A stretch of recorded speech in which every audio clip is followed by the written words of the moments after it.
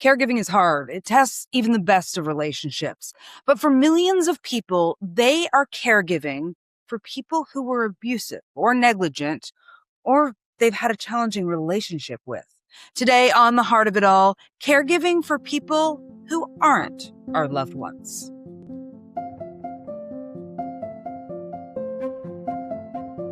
Hi there, I'm Teri Hart, your host here on The Heart of It All, a podcast all about caregiving. I'll admit that this week's subject is very much outside of my lived experience. I am very lucky to have a great relationship with my mom and my dad before he died. That is a blessing that not everyone has.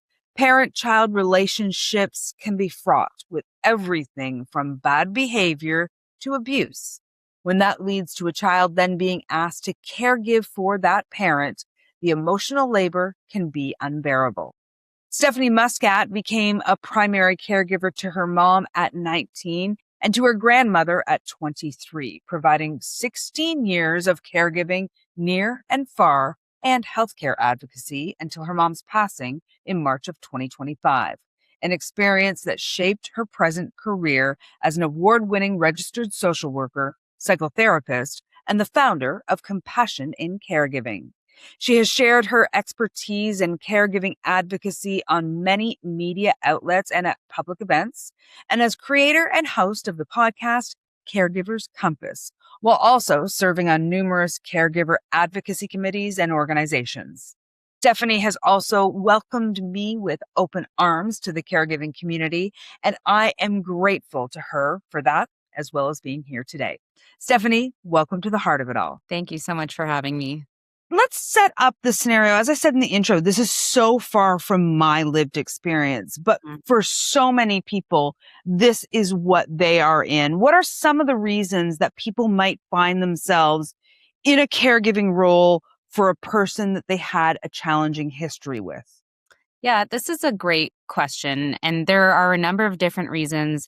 If somebody, first of all, is living with some sort of diagnosis. So let's say there's a dementia and maybe there's a behavioral component. They might be in a circumstance where this person's behaviors and difficult relationships have been exacerbated because of that. So that's one reason. But if we're talking about the history of behaviors and behaviors that came long before a diagnosis, some people say that it's because there's nobody else involved. Some people say that it's because they have no choice. They have to step forward. It's something that was ingrained in them as part of their family. They wanted to do it because their parent did it for their parent, or their sibling did it for someone else, and they want to step up for their sibling. And then, frankly, some people get involved for financial reasons and financial circumstances. But it really varies depending on the situation. We already know how challenging caregiving is. Add on to it a layer of a relationship that is anything but healthy, and I can't imagine. So what do you hear from people? I think the most obvious question is, so why bother doing it? Like, why don't you just walk away?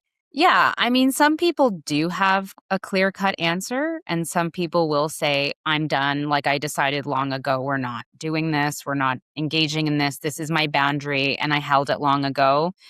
But for many others, it's not that clear-cut. And especially if you're caring for someone, again, with something that has changed their behaviors, it makes it that much more difficult. I used to have a close relationship with this person. They had a stroke. They're presenting differently. Or, I haven't spoken to them in a while, and then I found out that they have this behavioral dementia, and now I'm looking back and thinking maybe this was there for longer than I thought, and maybe I need to forgive. So it is very complicated depending on the situation. Let's talk about the idea of somebody who grew up with a parent who was less than good, who maybe was abusive, who maybe was experiencing some kind of addiction problems themselves, somebody who didn't have an ideal childhood. Yeah. What would you say to somebody who then finds themselves as an adult child facing that parent who is requiring caregiving? where do they start to even navigate those emotions? Yeah. So again, it varies. But when someone is coming to me and they're in a circumstance like this, I first like to know what their values are, why they're feeling compelled and pulled into the caregiving, what is leaning them into doing that for the parent, because that will tell us therefore what we need to work on and uncover. Because if they're saying to me, I need to do this, and it's because this is a value of my family, this is a value of who I am, and there's no way that I'm going to step away from it, then we know that that's not a negotiable situation. And so, what are we processing underneath that? What happened with your parent beforehand, and how can we separate the two, right? There's you as a caregiver. That doesn't mean we're giving up and letting go of everything that has happened in the past. We can honor both of those things. But you're telling me these are your values, so we're going with your values, right? So that's one scenario, for example. Something that you kind of intimated there is a way that somebody can kind of emotionally protect themselves. Can you talk a little bit about that idea of, I think in therapy world, the term is dissociation, how somebody, is it dissociation or compartmentalization where they can say, this is one thing, this is another thing, and they are mutually exclusive ideas? Yeah. So dissociation can more so be a subconscious reaction to trauma or an event. So if someone was going through a difficult, abusive childhood, they might subconsciously be dissociating from difficult thoughts and closeness and emotion. But compartmentalization is what you just said, being conscious of the separation between this is what I'm willing to do, this is what I'm not willing to do. I can provide care for this person and show up for this person, but I'm not willing to sacrifice, and be super close to this person that I don't necessarily want a close relationship with. So that's compartmentalizing it. Are those two things healthy? Are those things as a therapist that you would help somebody to incorporate? So dissociation, again, is typically a reaction of the brain to protect ourselves. And a lot of times people aren't even aware they're dissociating because they've been doing it usually for a long time, or it's a reaction to something very stressful and traumatic and negative. It is helpful from the stance that it's protecting somebody long term. I'm sure you've heard before, if someone's been through a very difficult circumstance, they might remember a situation very differently, or their mind might distort it. So that's an example of dissociation, and it does protect. That's our body's way of protecting ourselves. Compartmentalization can be a very conscious and helpful technique to use. And I use it in practice more so in the realm of boundaries and limits, where we're specifically talking about how you can do A and B in caregiving, for example, but you don't have to give up C and D. So you might go and visit your parent and help them with whatever they need, but you're making the decision that if your parent is calling you at 8 o'clock at night and saying, hey, you want to come over and have coffee? I don't have anybody else and I need you. And like, maybe that's something you've decided I'm not doing. So you're allowed to define and put limits up and therefore compartmentalize into what you're willing to do and what you're not willing to do.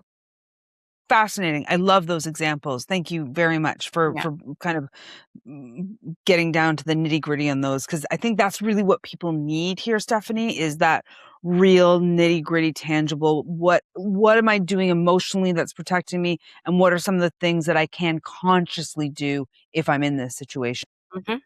You were recently quoted in a really fascinating New York Times article about this very subject of caring for somebody who was abusive, less than ideal. It ran the gamut of people's experiences in that article. And this idea, I really think, is gaining some traction in terms of the public perception of what the caregiving experience actually is. Why do you think this topic is having some broader recognition in media and in conversations? Our society is changing. very rapidly in terms of how we view care and how we also view what our needs are and the support for ourselves and recognition for our mental health. I think that even 10 to 20 years ago, the topic of mental health wasn't at the surface, but neither was the idea of honoring myself and recognizing what I need and recognizing that I need to be okay in order for other people to be okay if I'm taking care of them. So this is a very new concept. I think also culturally, it's a very new concept. It's more so in North America. I'm not really seeing it outside, just again because of society and culture and background. So I think for the most part, though, the younger generation is bringing it to the forefront and saying, I need to honor myself. We're seeing it more on social media. And that's where those conversations are popping up. Whereas before it was all about, well, of course, you're going to care for your parent because that's what you do, no matter what. It doesn't matter how they treated you. I'm going to sacrifice all of myself, even if it means that I'm depressed or even if it means that I'm not sleeping or if I'm sick. We're having a lot more recognition and openness about that. And I think social media definitely plays a big part too. I can only imagine also that, our lifespan has something to do with it. I mean, caregiving didn't used to necessarily be something that went on for a really long period of time. It was much shorter time in people's life experience. And I think that people must be saying like, wait a minute, it's one thing to do this for 6 months or a year. It's another thing altogether to do this for a decade of my life with somebody who was abusive. Yeah, I mean, that definitely can be a component of it. I think caregiving has always been a longer term thing that was hidden as well for some people. But for the vast majority, like for dementia illnesses, people are living much longer than they used to, for example, or with stroke or, other debilitating illnesses that we didn't have intervention for. But I also have heard of many in the past who behind the scenes were caring for many, many, many years, and you just didn't know about it because no one was really talking about it. Right. That's the key point. This has been going on since the beginning of time.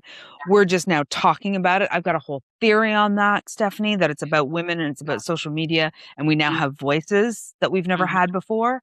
Yeah. So are there ways that people can protect themselves and their feelings in these complicated scenarios? Yeah, absolutely. And we named it earlier. It's the boundary, it's the conscious thinking of how I'm going to go into what I'm going into rather than doing it blindly and having a plan before you do it. So if you're making the decision to be involved with a family member or a friend or, a parent who's abused you, instead of just going in and saying, well, I'll deal with my feelings when they come up and, whatever, let's see how it goes. And it's about preparation. It's okay, I have a feeling that mom is going to do this, or I have a feeling that dad's going to do this. And I also know my own limitations. So, how much time am I going to spend there? What is that going to look like for me? How am I going to prepare myself before? What am I going to do after? Maybe I have to call a friend right away. Maybe I'm taking space right after I'm with them. Uh, a much more intentional plan in addition to the boundary that we talked about earlier, can really, really change the entire scene. I often use the term loved one on Mhm. this podcast, and I feel like I might need to stop using that term, but I'm not sure what is exactly right. If family member, what is the language that is more inclusive for the caregiving experience? I also used to say loved one all the time, so I understand. Over the years, I've heard many different renditions. I say care recipient because it's not necessarily a family member. It can be a friend, a neighbor, whoever that you've decided to step in with, and I've seen it all. So I just say care recipient. Some people still decide to say loved one if that resonates with them. But as a third party, I feel like that care recipient word encompasses most situations. Okay. All right. I'm going to try and carve a new neural pathway for care recipient. Um, you know, one of the things about the caregiving experience is that when somebody is being cared for, they themselves are inherently vulnerable. Mm-hmm. So is it fair or right or reasonable to bring up to that person the history about what they've done or didn't do in that new dynamic? Again, I think this is very situation specific. So if you know this person really well, they have their cognition, you think you can have an open dialogue with this person, you may not trigger them or precipitate something like agitation or a behavior, then if you feel that you can come into it and have a normal discussion, by all means. But a conversation like that can end up triggering not just the care recipient, but also trigger you. And you have to know what you're trying to get out of it. Because I think you know the past and the history well enough to know what the reactions may be. And now, if this person has some sort of a diagnosis that's going to alter the way that they take that information in and can also respond, it's probably also not fair to that person who can't necessarily make sense of it. And it can also set them off. So I've seen people do it. It's not as common as I think we'd like it to be. And it requires someone to have that emotional intelligence at the end of the day to say, yeah, I made a mistake, or we may not agree, but that's fine, or I see where you're coming from. If we're not getting that, it's usually bothering the caregiver more than anything. It can bring up old emotions and feelings. Ugh. And, I love what you said there about you have to be aware of what you're wanting to accomplish from that conversation, because if it doesn't go that way, then what are you left with? That's right. Yeah, exactly. It can make things so much worse for you internally because you're not getting the answers that maybe you're hoping for. If the intention is to go and say, I just want to get it out, I don't care what their response is. Again, depending what their situation is, right? Because I don't think it's fair to do that to someone who does not have the cognitive capacity to take it in. But if your intention is just, I want to get it out and I want to tell them how I feel because I never could, maybe. But if you think they're going to come back and have a beautiful conversation with you and everything's going to be fixed, we might have to reevaluate what you're looking for. Okay, so you have used the term boundaries a Mhm. couple of times. Full disclosure, I am terrible at boundaries. And frankly, Stephanie, if I like between you and me and a podcast, I don't really understand boundaries. I feel like the term gets thrown around a lot, like, have your boundaries. What are boundaries? Let's start there. What are boundaries? And then I've got some follow-up questions for you. So I have my own definition of a boundary because you're right. Boundaries can mean so many things. And I think most people see a boundary as this wall that you put up that can never be broken through or put down. And the second you are loosey-goosey about it, you failed. And I don't see boundaries like that. I see boundaries as limits. And I said the word limit before. It's a place where right now you're at and that you're not willing to go for your own self. That can change tomorrow. That can change later today. That can change. It's something that you've decided for where you're feeling. So, for example, let's say, I don't know, a few days ago, I was feeling really tired. I was jet lagged. I went on a trip and my friends really wanted to go out with me. The limit that I set for myself for the next few days was I'm not going out with my friends. They might really want me to go. They might guilt me, whatever it might be. I might feel bad about myself. Maybe I'm worried that they're having fun without me. My limit is I'm not going out for the next 3 days. If I suddenly woke up one day and decided on the third day, I'm feeling really good today, maybe I will go out.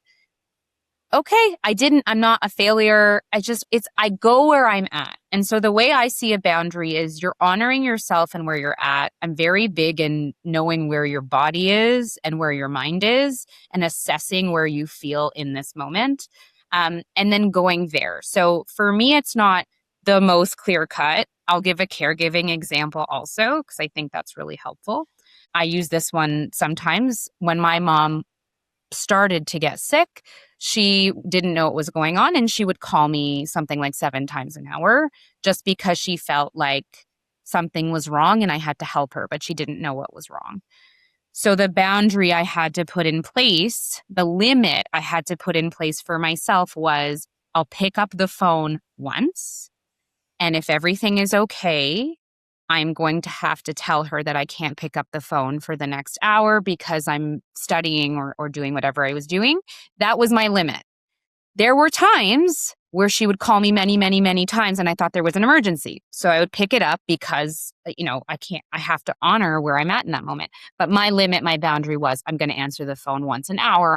I would be the person who's changing that limit all the time. Like, I think that I would need something that is a little more hard and fast, but I also think that you do need in these situations to give yourself grace. And these situations of caregiving are so fluid. Like, Mm-hmm. you can say, I am going to go on Wednesdays and Fridays for dinner, and that's going to be what I do. But then all of a sudden, they're having a bad week or they're having a good week, or you're having a bad week and you need to change that. So I think what I'm hearing from you, Stephanie, is that establish some framework, but make sure you're checking in with yourself to make sure the framework is still appropriate.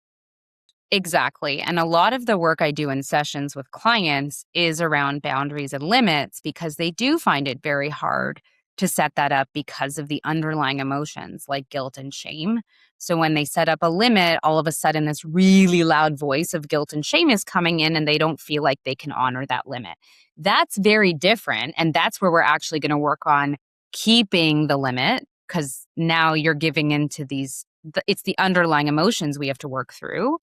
Versus what is the reason why you're shifting the limit. So I honor where we're at and I honor our body, but also I want people to think, but why am I shifting the limit? So set your limit. Mm-hmm. And if you feel like you need to change that limit, ask yourself why. Yep. Is that the emotional process I'm going through? I mean, it's more complicated than that and it takes a lot of work, but if you're looking at the overarching framework, yes, it's very complicated in terms of how we're actually dealing with the very difficult emotions that people don't know what to do with. And so we're going through a lot of strategies and a lot of work with those emotions. But the overall theme would be that, yes. Interesting. Okay. Do you share your limit or boundary with the other person, with the care recipient? I am a big communicator person, so I say yes at least once, again, depending on what their circumstance is. But I am someone who says, yes, let's give them the benefit and be kind and gentle and say, I can't do this or this is what I'm going to do. They may not react well. People don't inherently react well to boundaries at all, which is also why people remove the boundaries. But I say yes, again, with the asterisks of it depends. All of these are situational dependent and all of them have huge caveats. We are, even at the best of times, we are complicated people. And what you and I are discussing right now is really and truthfully some of the worst of times. That makes it even more complicated. Let's bring in siblings to the conversation. So let's say there are, you've got siblings, you've all had a relationship with your mutual parent, and they're behaving differently with the parent who is now in need of care. Teri, this happens all the time. And this is just one of the most common things people don't realize that the vast majority are dealing with. One such conversation might look like, so let's say the sibling isn't coming forward. I'm going to rewind it a bit. And you feel like you're doing everything and they might be just chiming in where they feel like they need to, but then disappearing and leaving everything on you. That's a very common scenario that I see. A conversation, first of all, should happen when you're not in the middle of a fight, when you're not in the middle of a fueled argument, because that doesn't usually go well.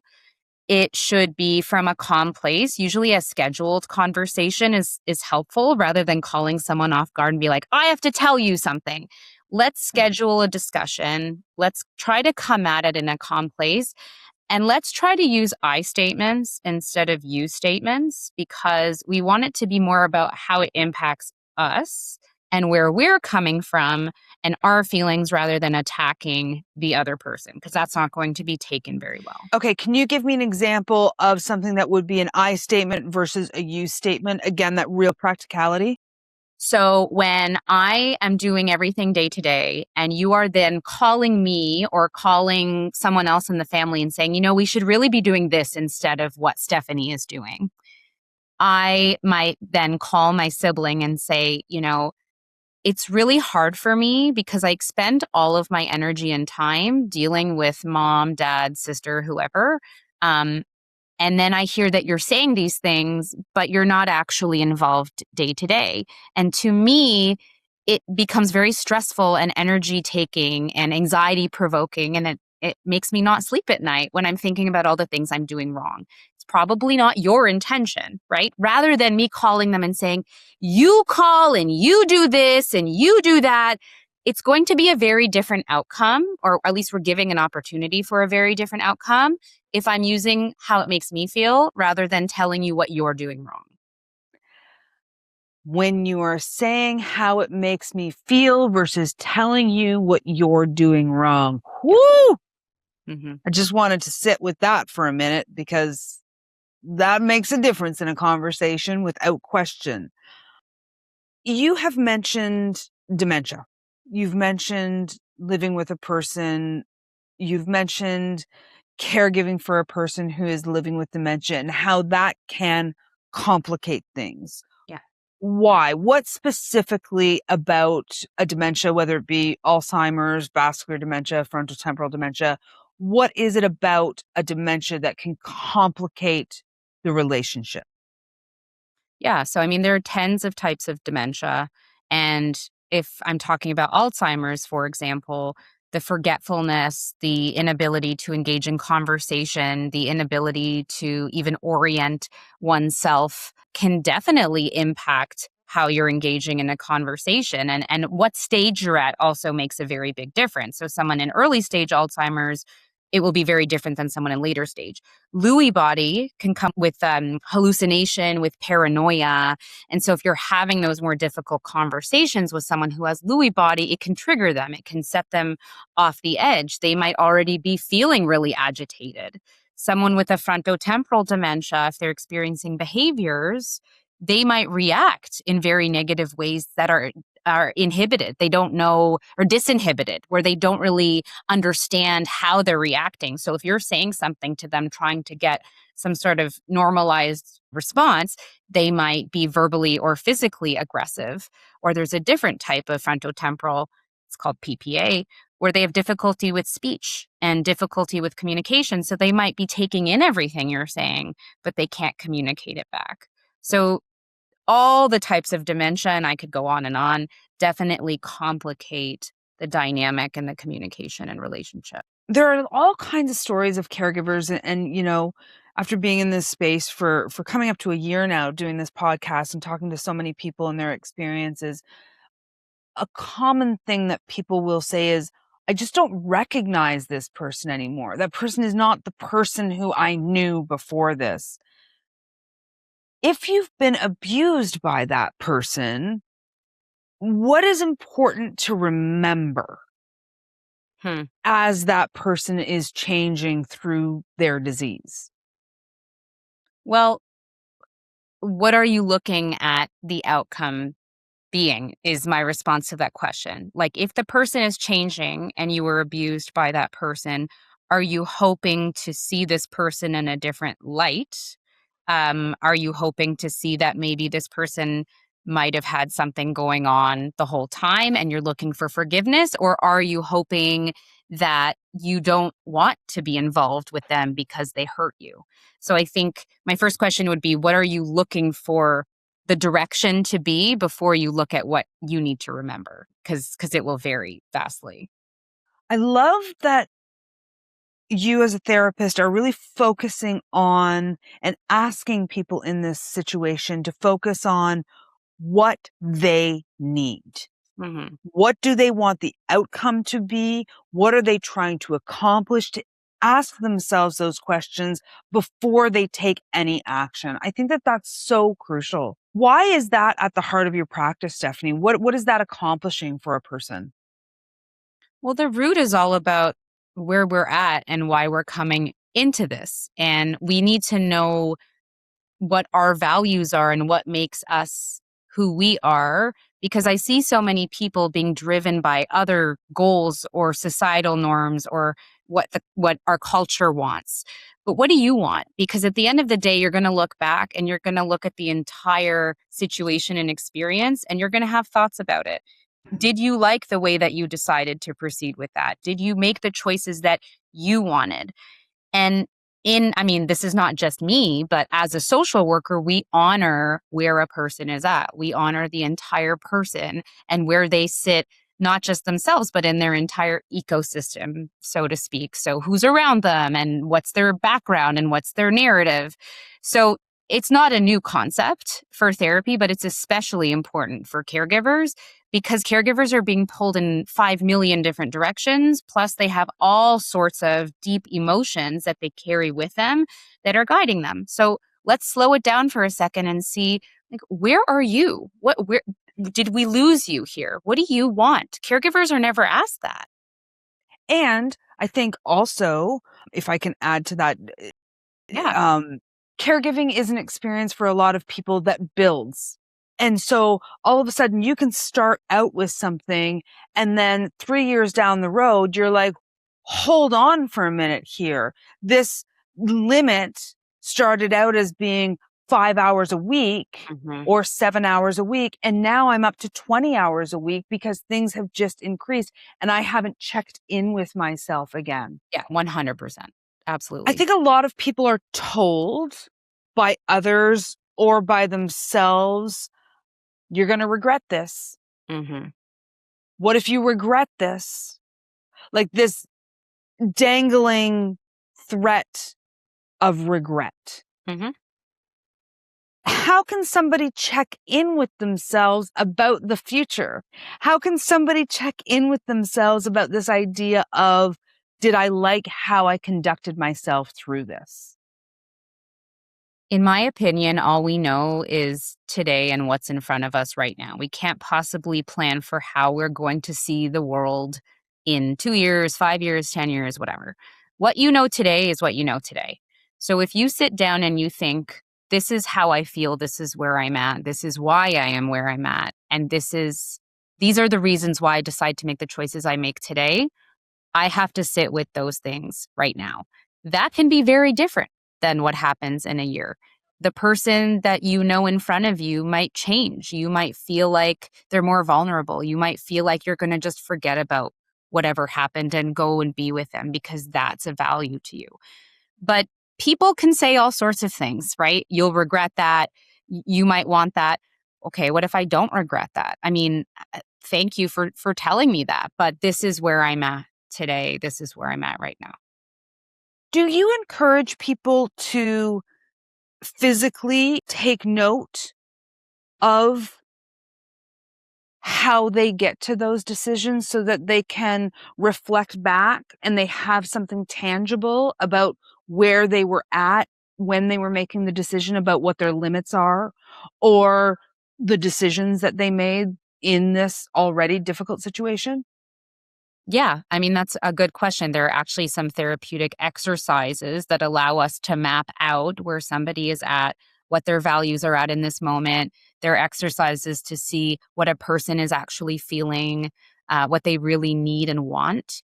And that is documentation. And I will say sometimes to people as we're doing those exercises, let's take a pause and just remember where we're at right now because I know you and I know that in 3 weeks, you're going to look back and you're going to forget. And I'm going to have to remind you. But let's take a pause. Let's document this, whether it's on paper, whether it's mentally, and with the exercises that we're doing, we can really hone into what those experiences and moments are. Do you have language that you recommend for people to use when they're talking about those relationships that maybe weren't ideal, but now require a different level of participation? So, I mean, the language used has to resonate with the person, but something that a lot of people find okay is we have a difficult past, we've had a complicated history, things don't always feel so clear cut, it's not that symbiotic relationship, but we're getting through it. I think that gives you as much information as you need while also explaining a situation as much as it needs to. You began an entire practice for caregivers. Mhm. Why? I was a caregiver. I experienced tremendous gaps as a caregiver with my own mental health. And I continued to see those gaps when I worked in a hospital system as a social worker with thousands of people. And I realized that it wasn't just my problem, it was an everybody's problem, and that people didn't have the specific mental health supports they needed to tap into themselves as caregivers and only caregivers. So I decided to do that myself. What has surprised you about the practice that you began and how many people are needing it?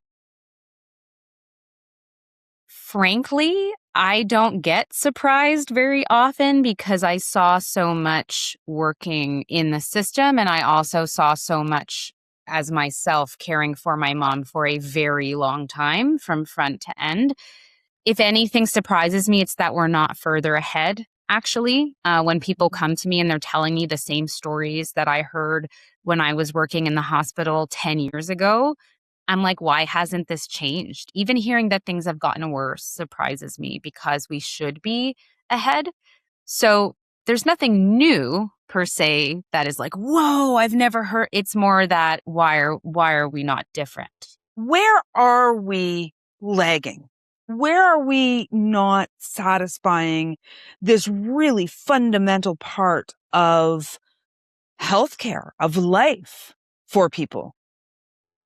Well, I think it depends on location and area, but if I'm going to specifically say Ontario right now, I think that we very much have a system that prioritizes people in certain geographical areas than others with funding. I think that if you're in rural areas, you don't have access to the same type of care, inpatient, outpatient, or home care that maybe somebody else would in a more populated, highly funded area. I think that we are depending on caregivers to be the people who deal with everything, and that the ER is just, this like emergency acute care center, yet the caregivers can't do it anymore. And so there's nothing else to bridge that. And that our system isn't responding in the way that it needs to bridge that. So therefore the caregivers are feeling they can't do it. The hospital system is feeling they can't do it. The supports aren't in place, so who does it, right? And that's where we're kind of falling apart. Falling apart Mhm. is what we're doing. What are options for people who just are at their wits' end and are emotionally fraught in their experience of being a caregiver? So I don't want to make it all dire. I will say that there have been an increase in respite supports that I have seen in Ontario through home and community care. So if someone is feeling that they're at their wits' end, I would recommend that they do call home and community care, get connected to someone who can do an assessment and see if they qualify for any sort of respite supports. That's very new, and I'm seeing it coming up on the pipeline a lot, and see what they can qualify for in terms of home supports. Home supports are not like it's not that much more than it used to be. It could be 1 or 2 hours a week, but that can provide some sort of relief for somebody. And there are a lot more groups that we're seeing in terms of, peer support groups or therapeutic groups that are being available on a free basis that were never available before because the word caregiver is much more well known now. So I'd also encourage people to look up groups if available locally or virtually. In terms of the emotional specific support, like the therapy, unfortunately, other than our practice, I still don't know of another practice or public entity that only specializes in caregivers. But you definitely can go to a public clinic. You can go to a government-funded psychologist for a few sessions, and they should be able to tap into some of the most common emotional concerns that you're having, but they might not understand the entire breadth. And sometimes that's okay too. Yeah. It's a start, right? For sure. Anything is better than nothing. I end every single episode of this podcast with the exact same question, and I'm going to ask it to you now. Okay. How can we better support caregivers? I think that we need to start at the bare basics, which is allowing them to have the financial ability to cope when they need to care, when they have to leave the workforce, mostly women of working age, when they have no other choice. We have to provide them with something because they save our economy so much money, and yet we're not giving them something back. So we need to do a lot better as a system and as a government to put something back into the pockets of caregivers who give us so much. Stephanie, thank you so much. Thank you for what you do, not only in your practice, but also in your podcast, which I have directed people to as well. Thank you so much for being here. I appreciate you, and we'll meet for coffee soon. Thanks, Teri. Thanks so much to Stephanie for being here on The Heart of It All. And please be sure to also check out her podcast, Caregiver's Compass. Give us a follow while you're at it so you don't miss any episodes. My co-producers are Carrie and Jess from 6 of 1 Digital, and we are thankful to you for joining us each and every week. Until next time, please take care.